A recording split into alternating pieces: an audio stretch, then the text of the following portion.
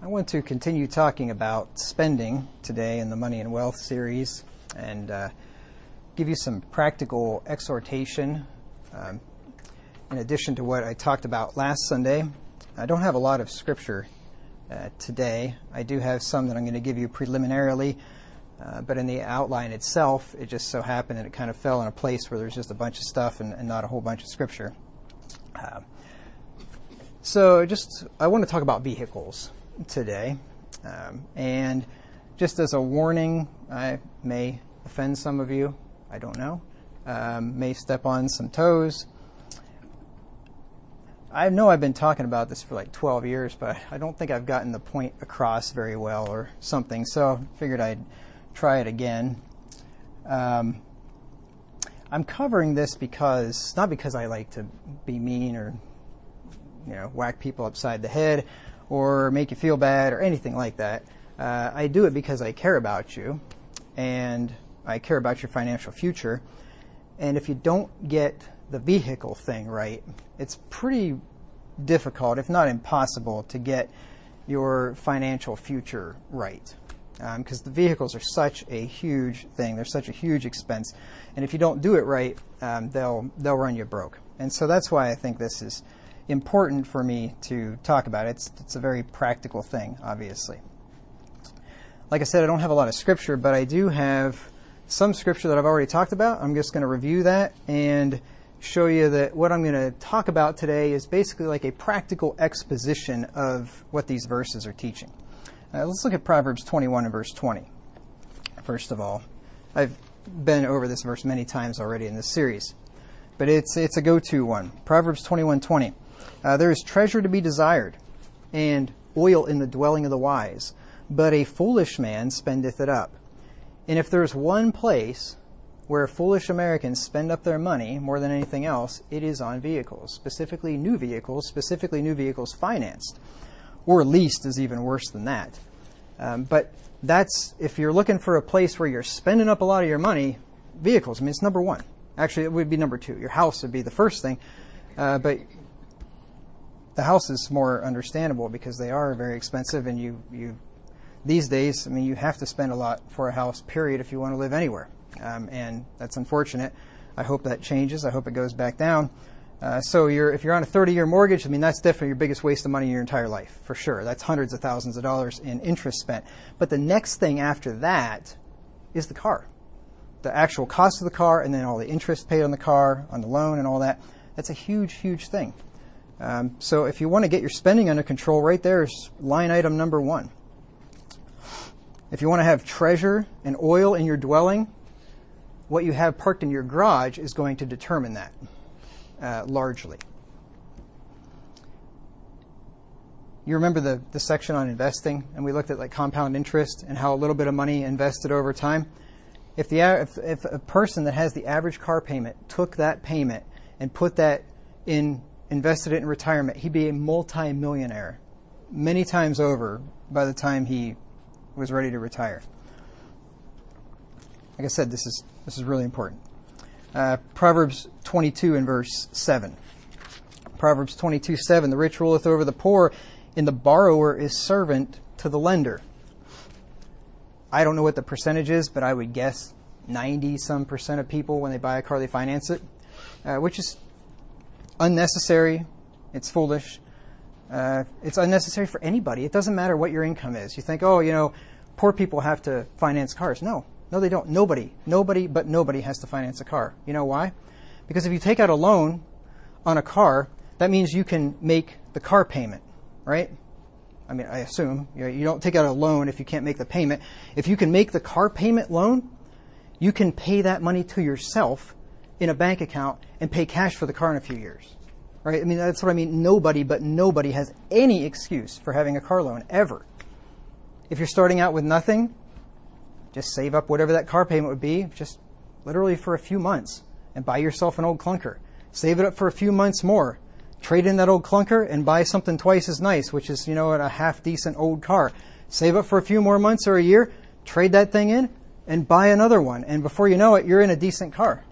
It doesn't take any time. It takes a few years at most. If you already have one, if you already have a loan, then Either if you're underwater, or if you owe a ton on it, just sell it and get rid of it and buy something cheaper, or just pay that thing off. Your car's easily going to last another 5 years. Easily. Make the payment to yourself. I know I've said this like a million times. Make the payment to yourself and pay cash for the next one. Keep making the payment to yourself and you'll pay cash for cars for the rest of your life. There's no reason for anybody to ever have a car payment. Ever. The borrower is servant to the lender. If you have a car payment, you're a slave. If you have any payments, you're a slave. Whatever your payments are, whatever your debt is. But if you have a car payment, you're a slave. You're a slave to whoever the bank is you borrowed the money off of. And we're not supposed to be servants of men. Philippians 4 and verse 5. This is a matter of moderation. Buying a $50,000 car in credit is not moderate. Or a $70,000 or an $80,000, whatever they cost, or 40 or whatever. That's not moderate. If you're writing out a check for it, that's better, but that might not even be moderate either. If you're spending your entire net worth on a car, that's not moderate either, right? So, it depends on your station in life. Remember Philippians, just doing some review here. Philippians 4.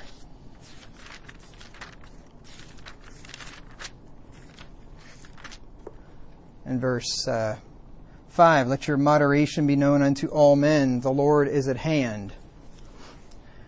There's some spending habits where you could keep it on the down low and maybe people would imagine you're moderate. When you're driving around in a fancy new car, everybody knows you're not. Let your moderation be known unto all men. My niece, her husband just bought her a new car. Of course, he didn't buy anything, right? When you sign your name on a piece of paper, you didn't buy anything, right? The bank bought it. You're paying them back. But anyway, her husband just bought her a new car, and she posted on Facebook what a wonderful husband he is. And these are like kids; they're like 20 years old or something like that.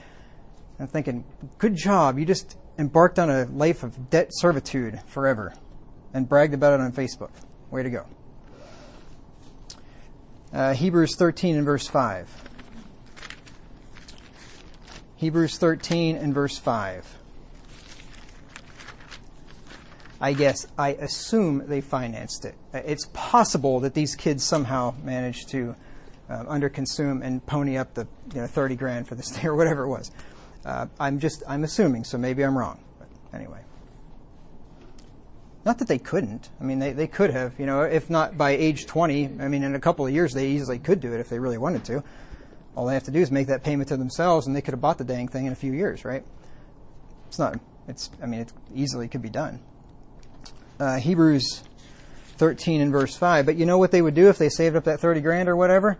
They'd look at that new car and say, heck no, I'm not wasting my You think I'm going to write out a check for 30 grand for that thing? Heck no, I'm going to buy something half that price. It's going to be just as good, and why would I do that? That's the great thing about buying cash. You don't do stupid stuff then. Hebrews 13 and verse 5. Let your conversation be without covetousness. And that's what this all comes down to. I want. I don't want to wait. Let your conversation be without covetousness, and be content with such things as ye have, like your old car, until you save up enough money to buy another one. For he hath said, I will never leave thee, nor forsake thee.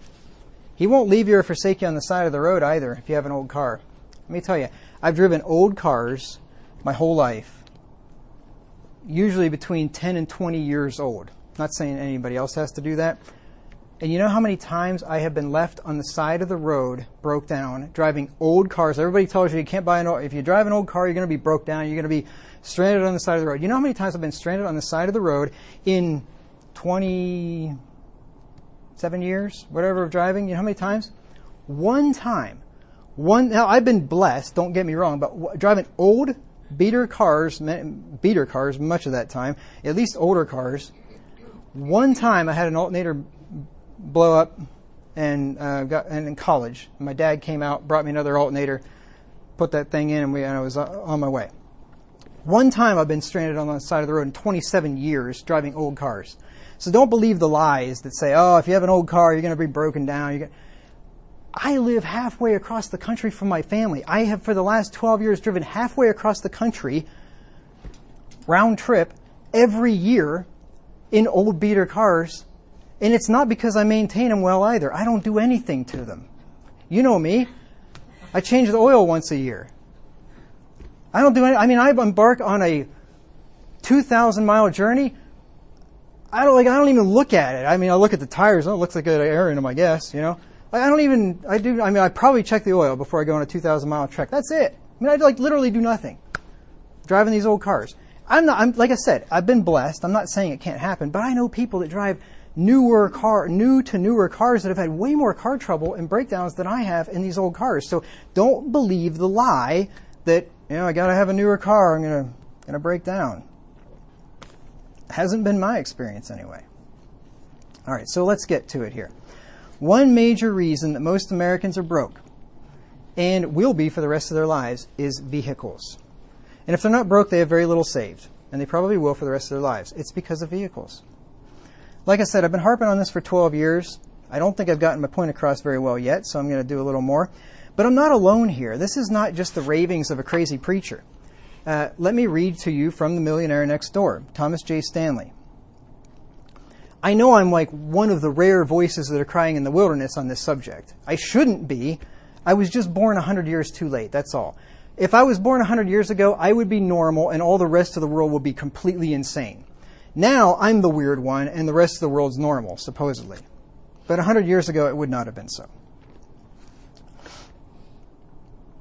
Thomas J. Stanley, Millionaire Next Door, he said there is an inverse relationship between the time spent purchasing luxury items such as cars and clothes and the time spent planning one's financial future. I think he's probably right. I would say that people that spend a lot of time shopping and looking for nice cars and thinking about the next nice car they're going to buy and going and looking at dealerships and whatever else, they probably spend very little time planning their financial future, managing their 401k, looking at their mutual funds, right? Doing things like that, having a budget, managing their money. Inverse relationship there. And contrarily, people that do spend time budgeting, watching their money, paying attention to their investments, actually, you know, saving money and all that, they probably don't spend very much time walking around car lots looking at brand new cars, seeing which one they can buy next. He says a couple of pages later, certainly the consumption of very expensive automobiles has a dampening effect on the probability that one will ever accumulate significant wealth. Now, I will interpret this PhD speak for you. He's basically saying if you buy expensive vehicles, you're going to be broke. That's what he's saying there. And that's a fact. I'm not against buying expensive vehicles. Don't get me wrong. I'm against buying new expensive vehicles. New vehicles is the dumbest thing you can ever do. But you want to buy a 2 or 3 year old, nice, expensive vehicle and you can write out a check for it, I've got no problem with that, right? Have at it. Have fun. That's the great thing. Like Ramsey says, live like no other so that later you can live like no other. Go right ahead. That's perfectly fine. I still would say don't buy a new one. That you're going to be burning money, and I will prove it to you here in a minute. Here's one more quote for you. Most vehicle buyers are not wealthy. Thus, one might logically expect them to spend more time and energy shopping for the best deal. Our research shows the opposite. Those who are not wealthy are less likely to shop, haggle, and negotiate than those who are millionaires. Listen to this. This next sentence could sum up this whole study. I thought this was so good. Car buying behavior does indeed help explain why some people are wealthy while most are not and never will be. See, it's not just me. When I'm saying this car thing is so important, car buying behavior, this is somebody who studied thousands of millionaires. Car buying behavior does indeed help explain why some people are wealthy and while most are not and never will be. Many Americans drive new or newer expensive vehicles. And I would guess that many Americans drive the most expensive vehicle that the bank will give them a loan for. That's what most people's budget is.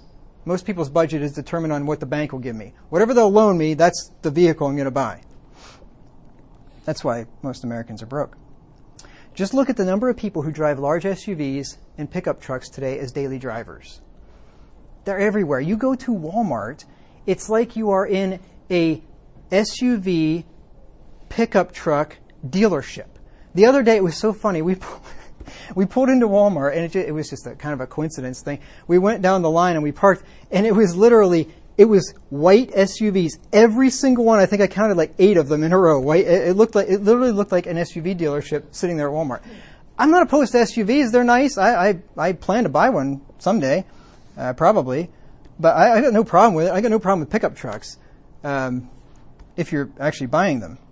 If you're financing them at $60,000, $70,000, $80,000 a year, brand new, and burning tens of thousands of dollars the first year, then I get a problem with that personally. I think it's crazy. There's nothing wrong with buying an SUV or pickup truck if you can afford it. And when I say if you can afford it, you know what I mean? If you can write a check for it. If you can't write a check for a vehicle, you can't afford it. That is like by definition. If you can't write a check, you can't afford it. If you have to borrow money from somebody else to buy something, you can't afford it. You do understand that, right? If you have to borrow money, you can't afford it. This is not rocket science, right? Okay, so remember that. Anytime you take out a loan for anything, you can't afford it. Period. Or you wouldn't take out a loan for it. Remember that. So I got no problem with people buying this stuff if they can afford it. If you can write out a check for it, go right ahead. And you can. If you can't right now, you can in 5 years from now. You literally can. If you have a car payment right now, as soon as you pay that thing off, in 5 years, you can afford to write out a check for that nice, new, brand new car you just bought 5 years ago. You can. You just pay the money to yourself every month. As a matter of fact, you can do it in less than 5 years because you're going to be making interest on all that money you're paying to yourself instead of spending interest to the bank. So in less than 5 years, you can buy the exact same brand new car. If you want to buy a brand new car, you could do the exact same thing and pay it in cash. Or if you're smart, you'll buy one that's 2 or 3 years old and you'll pay about 2/3 of that cost in cash. So, and you can have one that's just exactly the same. Vehicles are the #1 biggest waste of money because #1, they're very expensive, and #2, they depreciate quickly. And don't buy into the myth that vehicles don't depreciate like they used to. They absolutely do. Vehicles depreciate massively today. I will prove it to you here in just a minute. Don't buy into that myth. If you want to be poor, or at least not wealthy for the rest of your life, then buy new, expensive vehicles. That's the secret sauce. I was gonna lead up to it and I forgot. That's the secret sauce. If you're just dying to know, how is it that I can be broke and poor the rest of my life? I'm longing to find out this very deep philosophical question. If I want to be poor the rest of my life, how can I do it? Buy new expensive vehicles, finance them. That's how you can do it. If you want to be broke, buy new vehicles. If you want to be more broke, buy expensive new vehicles. And if you want to be really broke, finance new expensive vehicles. And then if you just want to top the cake and beat everybody else out there in brokenness, lease vehicles. Then that's the best way to do it if you want to be broke. You think, but leases are cheaper than buying it. You're paying that same thing over and over and over again for the rest of your life. There's a reason why car dealerships love to lease you cars, because they make all kinds of money off them. I love people that lease cars, though. They're great. You know why you can go out there and you can buy 1- and 2-year-old cars? Like, they're everywhere. Like, you got like an infinite selection of them. You know why? It's not because some idiot is buying a brand new car, taking a $20,000 depreciation on it and selling it in a year and buying another brand new car. Nobody's dumb enough to do that. It's because they're leasing it, and then they come off a lease, and here's basically a brand new car that's just a year or two old, and you can let the other moron take the depreciation off of it and get a really good deal.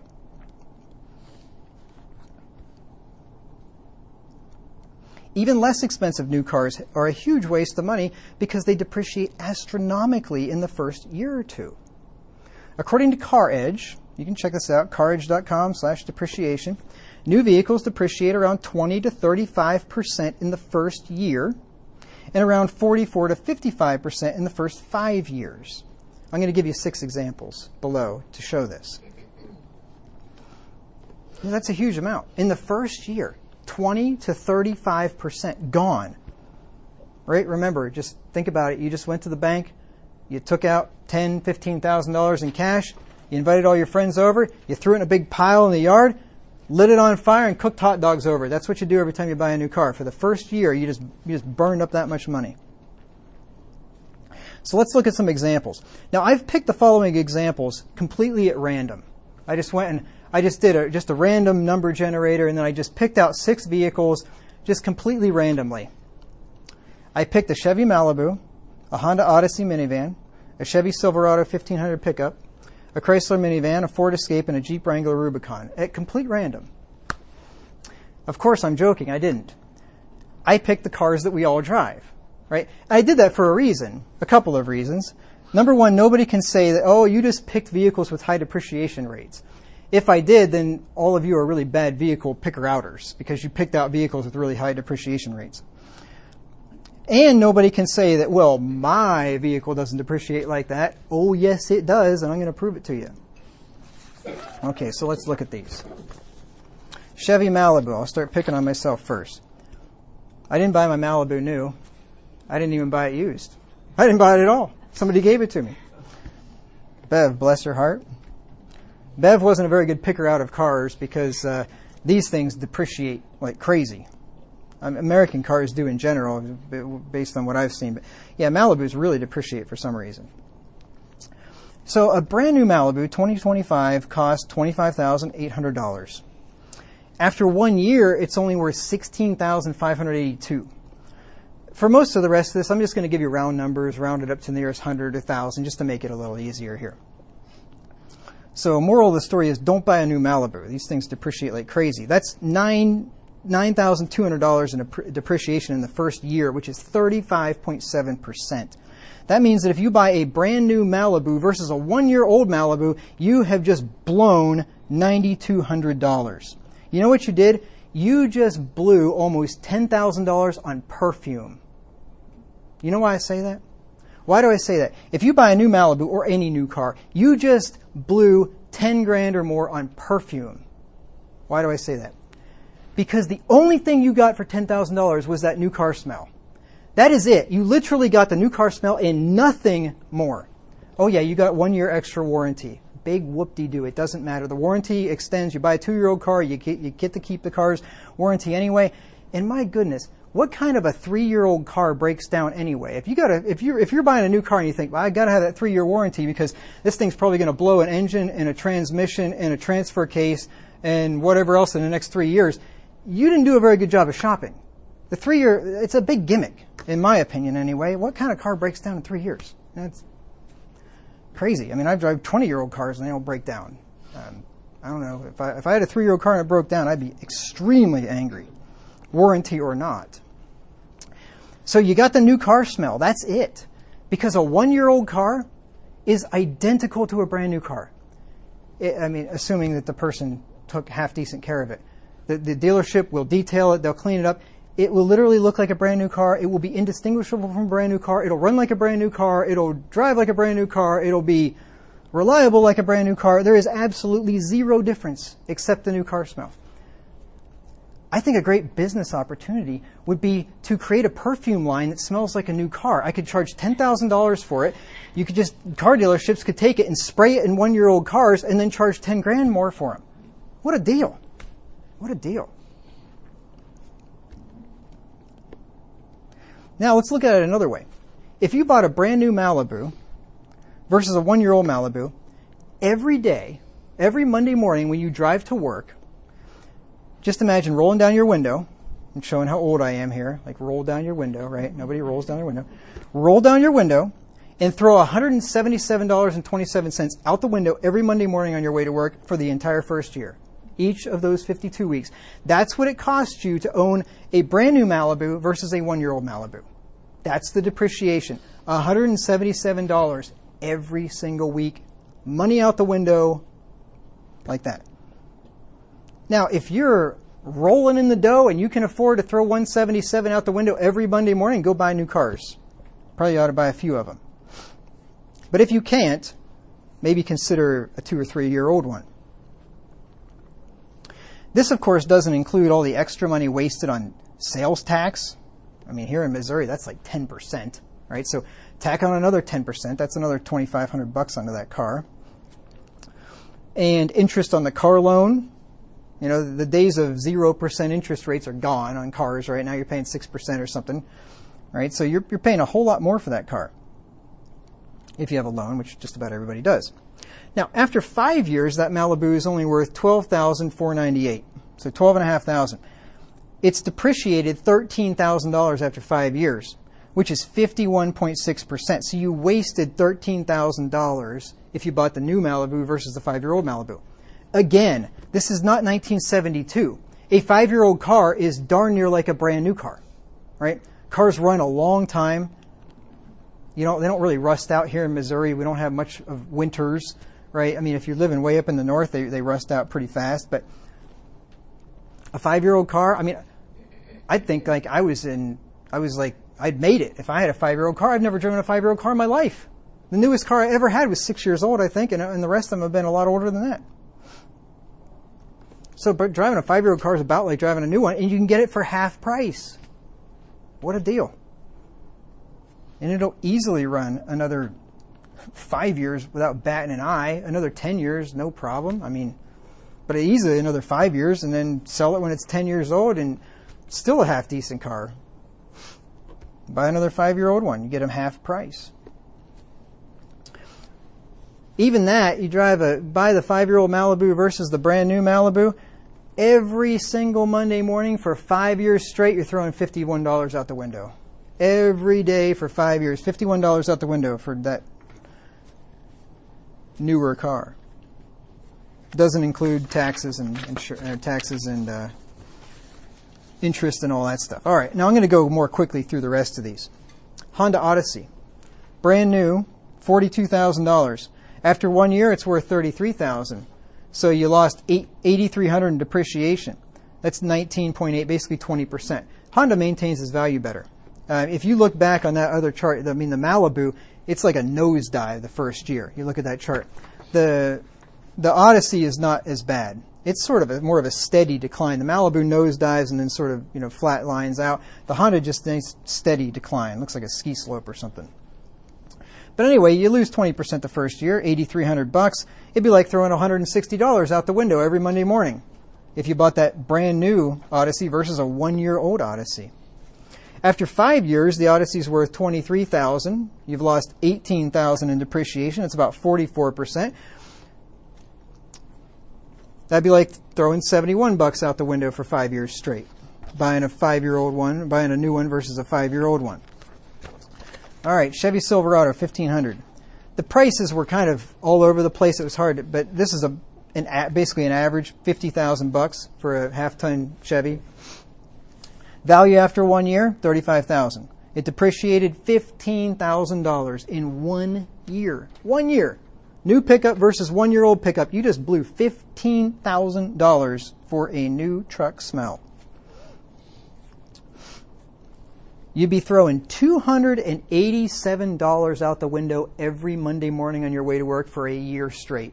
$287 out the window just for that nice new car smell, if you even like new car smells. I'm really not big on them myself. After 5 years, the pickup truck's worth $27,000. You've lost $22,800 in depreciation, which is 45.6%. That'd be like throwing $87 out the window every day, every week for 5 years. All right, the Chrysler Pacifica minivan. Again, these American cars, these things are terrible. Depreciation. New, $42,000. So it's about like the Honda, actually. What was the Honda? The Honda was $42,000, same price. Honda Odyssey, Chrysler, same price, right?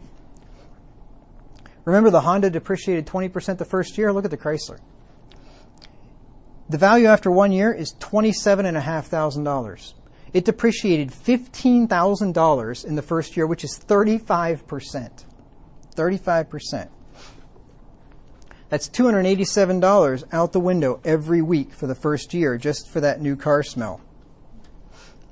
After 5 years, that minivan's only worth $17,500. It's depreciated $25,000, a whopping 58.6%. I don't know what it is about Chryslers, but wow. You can look at that two different ways. You can look at it like, I never want to buy a new Chrysler van because, man, I'm blowing huge amounts of money. Or you could say, I definitely want to buy a Chrysler van because in 5 years I'm getting that thing like given to me. right? Unless the engine blows up in the transmission and, right? All that kind of stuff, right? Maybe that's why they depreciate. I don't know.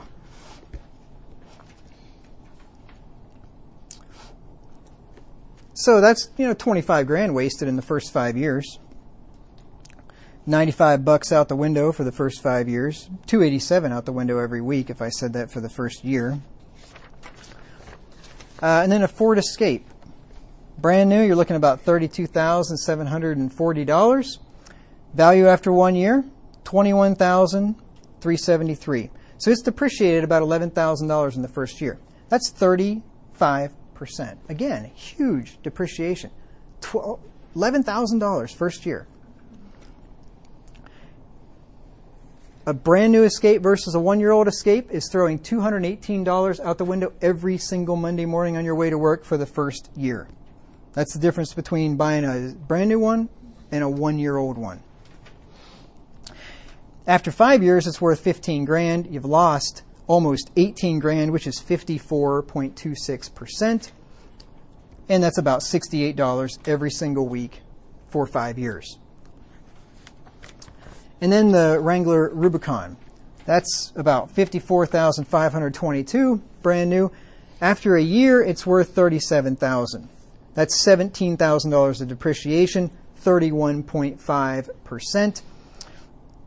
And that means for the first year, if you buy the new Rubicon versus the 1-year-old Rubicon, every Monday morning for the first year, $330 out the window. Just gone. After 5 years, it's worth $24,600. It's depreciated $30,000, which is 55%. Like I said, you can get these things smoking deal on them after 5 years. You still got lots of life left in them. That'd be $115 every single week for 5 years straight out the window. George Camel, he's one of the Ramsey personalities. He says if you live fake rich, you'll become real broke. That's not grammatically correct, but I think you get the point. If you live fake rich, you'll become real broke. Let's do some math now, as if we haven't had enough yet, and determine how much the average person spends on vehicles over 40 years. This one is going to blow you away. Now, maybe not the average person, but a lot of people. You see these big, nice quad cab, 3/4 ton trucks driving around. I mean, around here, every Tom, Dick, and Harry's got one.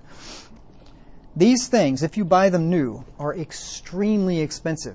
And there are people that buy them new and trade them in every 5 years.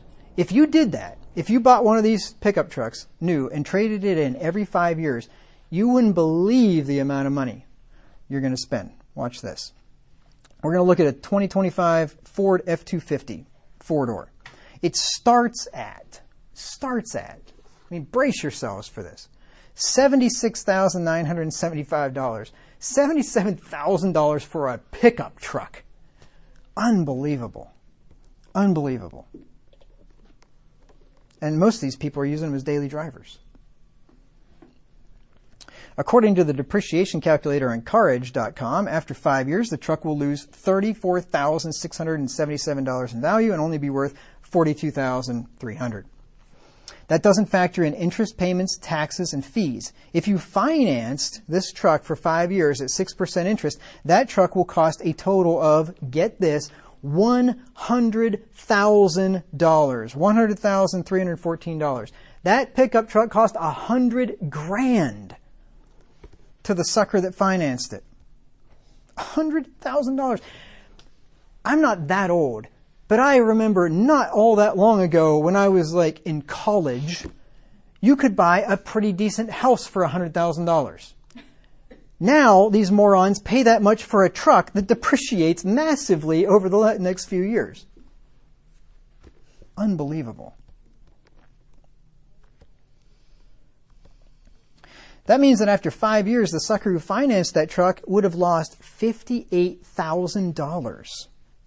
The $100,000 minus the $42,000 that it's left at its value. So by year 5, he spent $100,000 on vehicles. Okay. Now, I mean, it's 5 years later. and this truck's 5 years old. It couldn't bear to drive a 5-year-old truck. I mean, I'd look like some kind of a pauper or something. I got to go trade this thing in and get a new one. I mean, this truck's knocking on death's door, 5 years old. It's just ready to keel over on the side of the road. So let's go get another one. So now the sucker trades in his truck for $42,300 and he buys, quote unquote, another one for $76,975. It would actually be more than that because inflation and all that, but I'm just going to stick with the current prices, okay? So he trades in his truck and he buys, so-called, another one. And he takes out a loan for $34,677.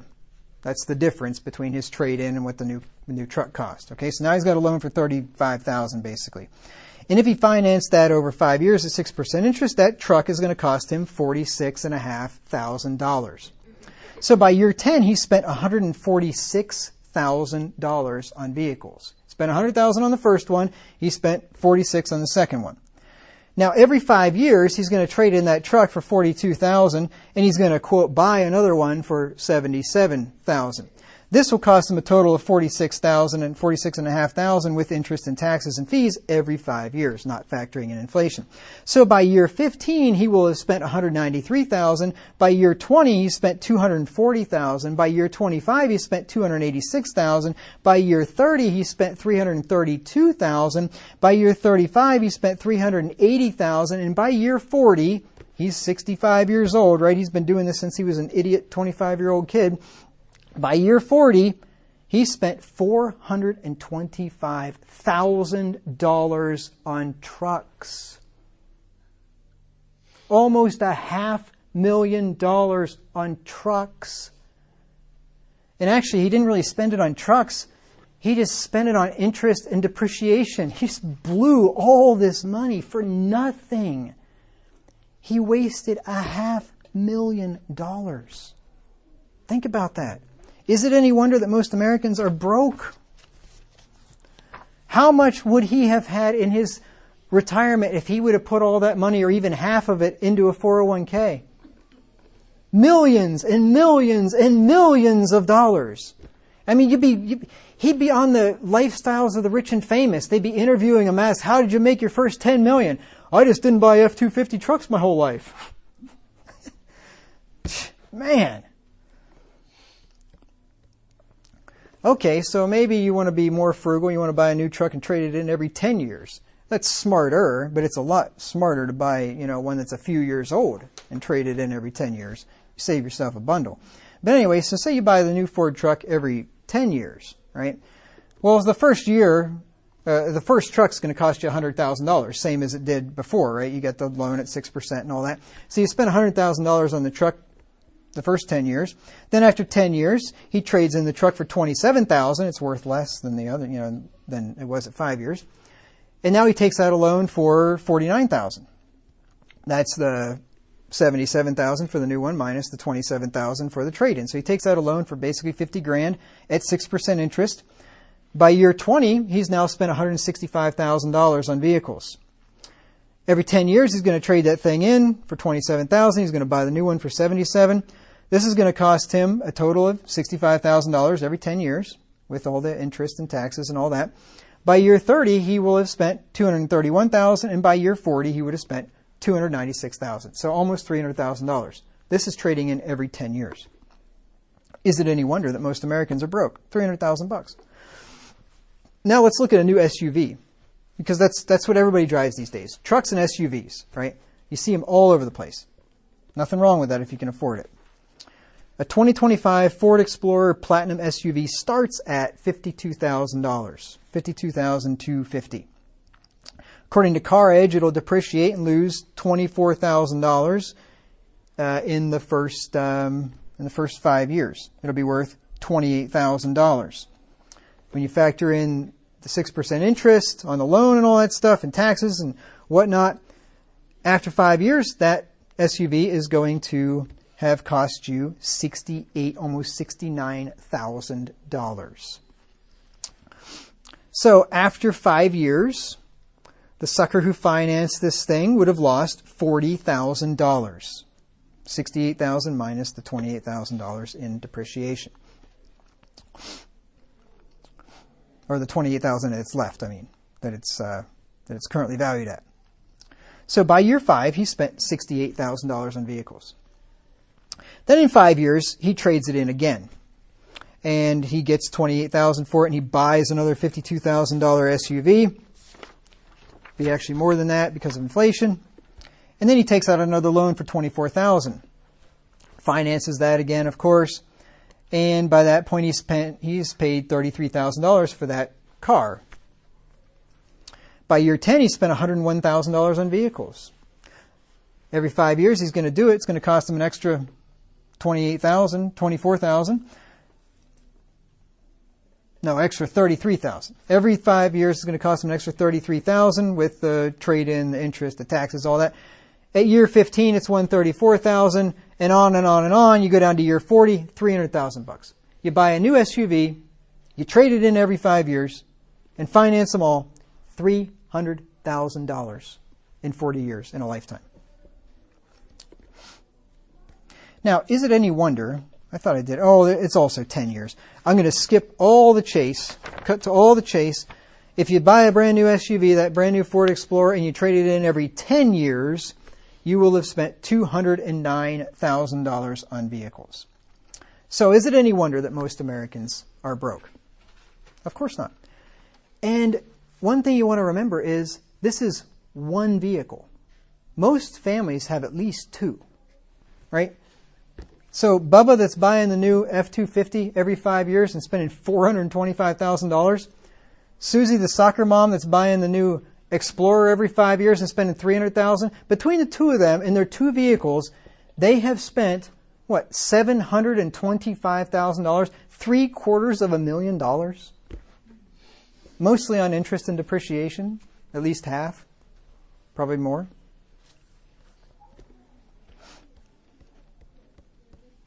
No wonder everybody's broke, huh? Like I said, that money invested would end up being multiple millions of dollars.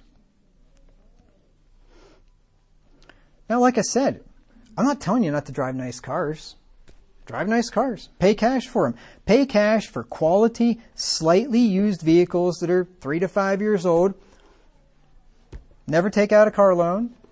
Make the payments yourself. You know, you'll drive nice cars, reliable cars, cars that look just like brand new, drive like brand new, feel like brand new, only you're going to pay half as much. It's real simple. Real simple. Now, the following are Dave Ramsey's thoughts on buying new cars and financing cars with which I wholeheartedly agree. This is, like I said, it's not just me. And I didn't get these ideas from Ramsey. When I read Ramsey, I thought, amen. He was saying what I'm saying. He's been saying it longer than I've been saying it. He's been saying it for 30 years. But I didn't get any of these ideas from Ramsey. I've been harping, preaching from the housetops this stuff for 12 years. And I didn't even read Ramsey's book until 6 months ago. This is from his book, The Total Money Makeover. I believe that was where this one was from. Total Money Makeover. Myth. Car payments are a way of life. You'll always have one. Virtually everybody believes that. Just about everybody. You talk to anybody in this country, they will tell you a car payment's a way of life. It's like having a grocery bill every month. You're just going to spend money on groceries every month. You are going to spend money on grocery every month. You do not need to have a car payment ever. Anybody ever for any reason. It is not a way of life. It's a stupid way of life. But it's not a necessity at all. I've never had a car payment. Ever in my life. I'm 43 years old. I haven't died yet. Haven't been left along the side of the road. Broke down, dead, whatever.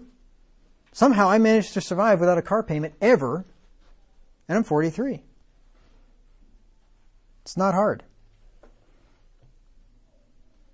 I mean, it requires a little bit of self-discipline and sacrifice, but it's really not hard. Truth. Staying away from car payments by driving reliable, used cars is what the average millionaire does. This is how he or she became a millionaire. Taking on a car payment is one of the dumbest things people do to destroy their chances of building wealth. The car payment is most folks' largest payment except for their home mortgage, so it steals more money from the income than virtually anything else. USA Today notes that the average car payment is $464 over 64 months. This book was written back in like 2007. So I looked it up today. It's $734 over 68 months is the average car payment. $734 a month is the average car payment. That is certifiably insane. I can't imagine. That's my rent. Almost. My rent's $788. That is my rent. That's what I pay for housing, which is supposed to be, is your most expensive expense. $734 a month. That just blows me away. I can't even imagine writing out a check for that much every month for a car. It's crazy. Back then it was only $464. I can't imagine writing that much out every month. But anyway. Most people get a car payment and keep it throughout their lives.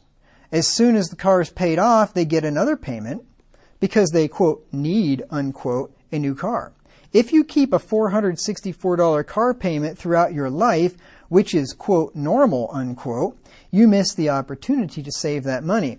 If you invested $464 per month at age 25 to 65, a normal working lifetime, in the average mutual fund, averaging 12%, the 70-year stock market average, you would have $5.4 million at age 65.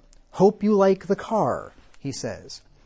Now, of course, there is an error in the logic here because you still have to pay money for your car. If you're not making the $464 car payment, you're still going to have to lay up money for a car. So there is an error in the logic. But the point is, that's how much that car payment invested would grow to over a lifetime. $5.5 million.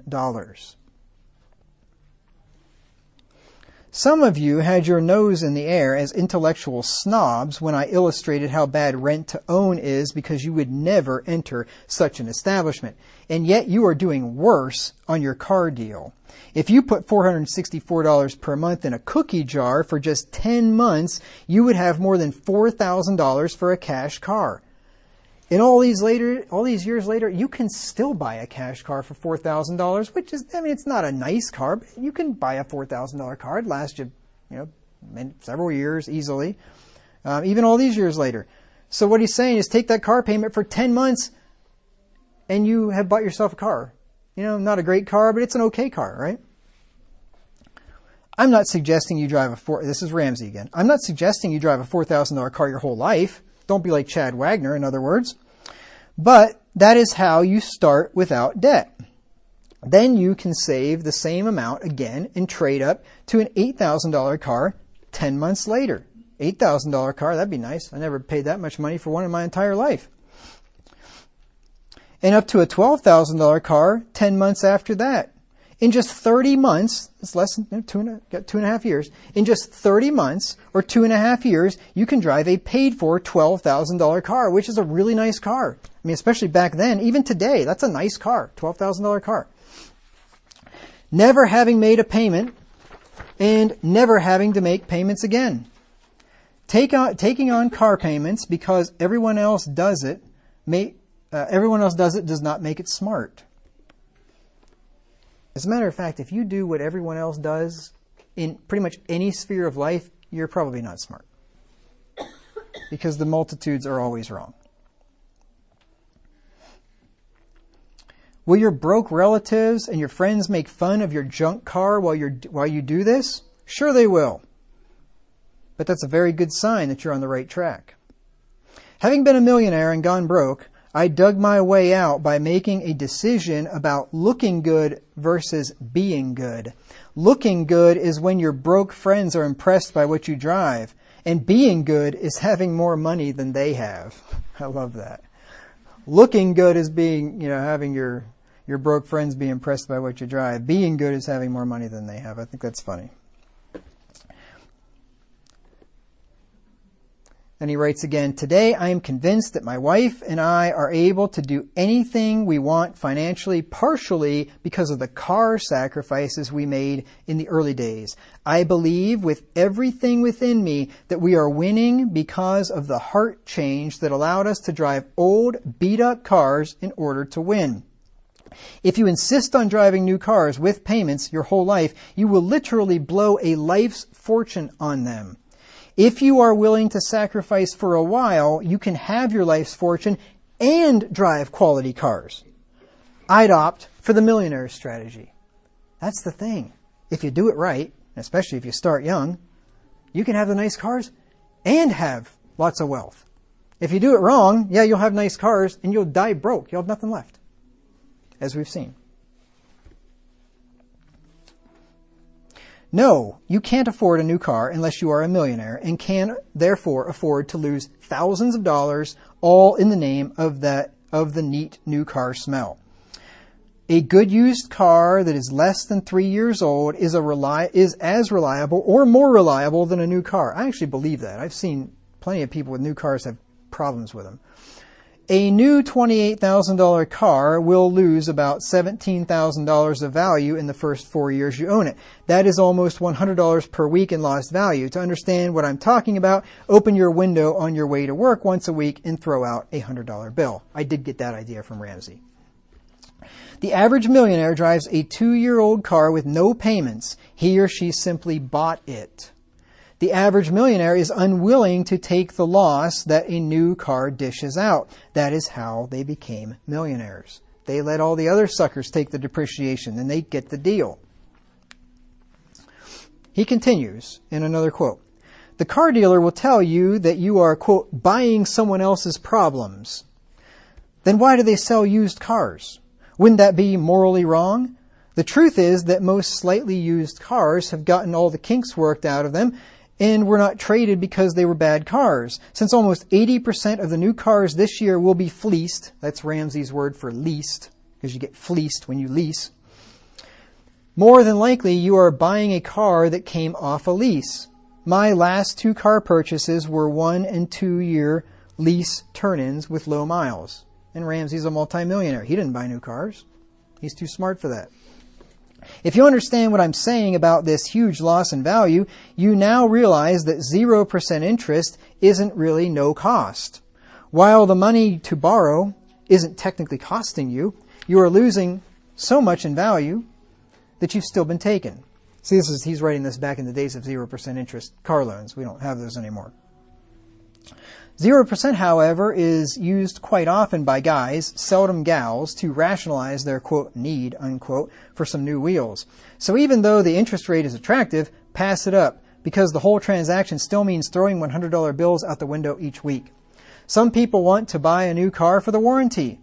If you lose $17,000 of value over 4 years, on average, you have paid too much for a warranty. You could have completely rebuilt the car twice for $17,000. Exactly like I said, warranties are a scam. Also, keep in mind that most manufacturers' warranties still cover you when buying a slightly used car. Here's another quote for you. This is from his other book, Dave Ramsey's Complete Guide to Money. What if your kids really got this message early enough and applied it to buying cars? Starting with their first car at age 16, they could go their entire lives without a car payment. That's what I did. Most Americans can't even fathom that. You could retire a multimillionaire just by avoiding car payments. Why don't they teach that in school?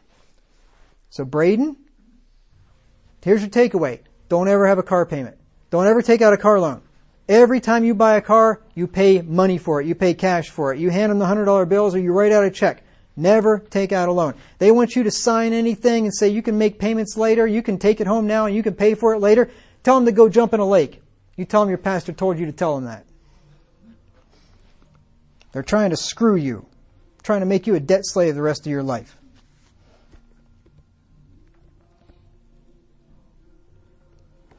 I hear this 100 different ways every day. Quote, you'll always have a car payment. Car payments are a way of life. You're always going to have a payment, so you might as well drive a nice car, unquote. That is one of the biggest lies in the debt industry, but it has been packaged so well that most people believe it. And trust me, if you go through life thinking you'll always have a car payment, there will be plenty of people who will help you to always have a car payment. We Americans love our cars. We put our whole identity in them, like we're actually saying, I'm a Lexus. We'll drop $600 a month on a payment just to impress somebody at a stoplight that we'll never meet. That's so true. That's crazy. And it's not at all how real millionaires behave. The average millionaire drives a nice, slightly used 2 or 3 year old car that they bought with cash, and they practically never drive a brand new car off the lot. People always say, quote, well, Dave, if I were a millionaire, I'd be able to pay cash for a car too. No, you're not getting it. These people don't pay cash because they're rich. They're rich because they buy cars with cash. Think about how much the average American spends on car payments over his lifetime. The average payment is around $464 a month right now. If you invest $464 a month if you invest $464 in good mutual funds every month, from age 30 to age 70, you'll end up with more than $5 million. Now, I love nice cars, but I've never seen one worth $5 million. That's the other thing you got to consider, is the lost opportunity cost. Not only did you spend a fortune in depreciation and a fortune in interest, you lost all that money you could have made if you would have invested some of that money that you put into that new car. So it's a huge cost. It's an unseen cost that you won't realize until you're broke someday and don't have any money. If you call my radio show Struggling to Get Out of Debt, you can almost guarantee that the first words out of my mouth will be, sell the car. And I've heard him say that many times. If you want to take control of your money, you've got to amputate the out-of-control lifestyle. For most people, that starts with the car payment. Now here's what Ramsey had to say about leasing a vehicle, which is the most expensive way to operate one. He said, this was in his Dave Ramsey's Complete Guide to Money. He said, have you ever wondered why car dealers focus most of their advertising and sales techniques on leasing instead of buying? Let me clear it up for you. They make more money on a lease than anything else, with the exception of the repair center. Car leasing is a total sinkhole of financial waste. If a dealer sells you a car for cash, they make about $80 profit. That seems really low to me. I don't know if that's after they pay the salesman or what, but that seems very low to me. But anyway, that's what he said. That's not a great deal for them. If they sell you a car on payments, they do better. They make around $775 by selling the loan to another bank. If they can get you to lease it, however, their profit jumps up to more than $1,300 per car. So let's see. Cash sales make them $80, and a lease makes them $1,300. Which one would they possibly prefer you to take? Duh. A good friend of mine runs a luxury car lot. According to him, about 78% of cars that drive off the lot are lease deals. That means 3 out of every 4 of his buyers take bad deals in order to look like something they're not. They're broke, and they're doing broke people stuff. You see, rich people ask, this is so important, rich people ask, how much? Broke people ask, how much down and how much per month? When a rich person says she can afford it, she means she can actually afford the car. When a broke person says she can afford it, she means she can probably make the monthly payment as long as there are no emergencies and she doesn't lose her job. You'll never get rich as long as you do broke people stuff. Now let's look at how millionaires buy cars versus how broke people buy cars. This is from The Millionaire Next Door, written back in 1996. And they write, because there was two authors, they write, how do millionaires go about acquiring motor vehicles? About 81% purchase their vehicles. See, what did Ramsey just say? In the general population, about 80% lease their vehicles. In the millionaire population, about 81% purchase their vehicles. That should tell you something. Millionaires don't like blowing money. They don't like wasting money. That's why they don't lease. The balanced lease. That's what they said. Let me just start over again. How do millionaires go about acquiring motor vehicles? About 81% purchase their vehicles. The balanced lease. About 23.5% of millionaires own new cars. Most people, most have not purchased a car in the last 2 years. In fact, 25.2% have not purchased a motor vehicle in 4 or more years. Not what you'd think of millionaires doing, is it? How much do millionaires pay for these vehicles? Now you got to remember this is 1996, so you know these numbers are dated. The typical millionaire, those in the 50th percentile, paid $24,800 for his most recent acquisition. Note that 30% spent $19,500 or less. These are millionaires, mind you. Also note that the average American buyer of a new motor vehicle paid more than $21,000 for his most recent acquisition. This is not much less than the $24,800 paid by millionaires. Yes, the numbers are a lot lower than they are today, but look at the comparison. Millionaires on average spent about $25,000. Average Joes spent $21,000. That's not a big difference, right? It's not like average Joes were spending 21 and millionaires were spending 61 or 81 or whatever, right? They're spending slightly more than the average Joe is on cars. That's why they're millionaires. Moreover, not all of these millionaires purchased new vehicles. How many indicated that their most recent vehicle was used? Nearly 37%. So, good, over 1/3 of them bought used vehicles. Millionaires, mind you. In addition, many millionaires indicated that they traded down recently. That is, purchased lower priced vehicles than they had before. See, the older they get, the smarter they get. The older they get and the more money they make, they don't keep buying more expensive cars. A lot of them say, you know what, I don't need this thing anyway. This is a waste of my money. Buying a luxury car, it's costing me a fortune to maintain it. And what's the point? I don't need this anyway. I don't care if people look and gawk at me and think I have a nice car. That's not important to me. I'm just editorializing now. All right, let's continue.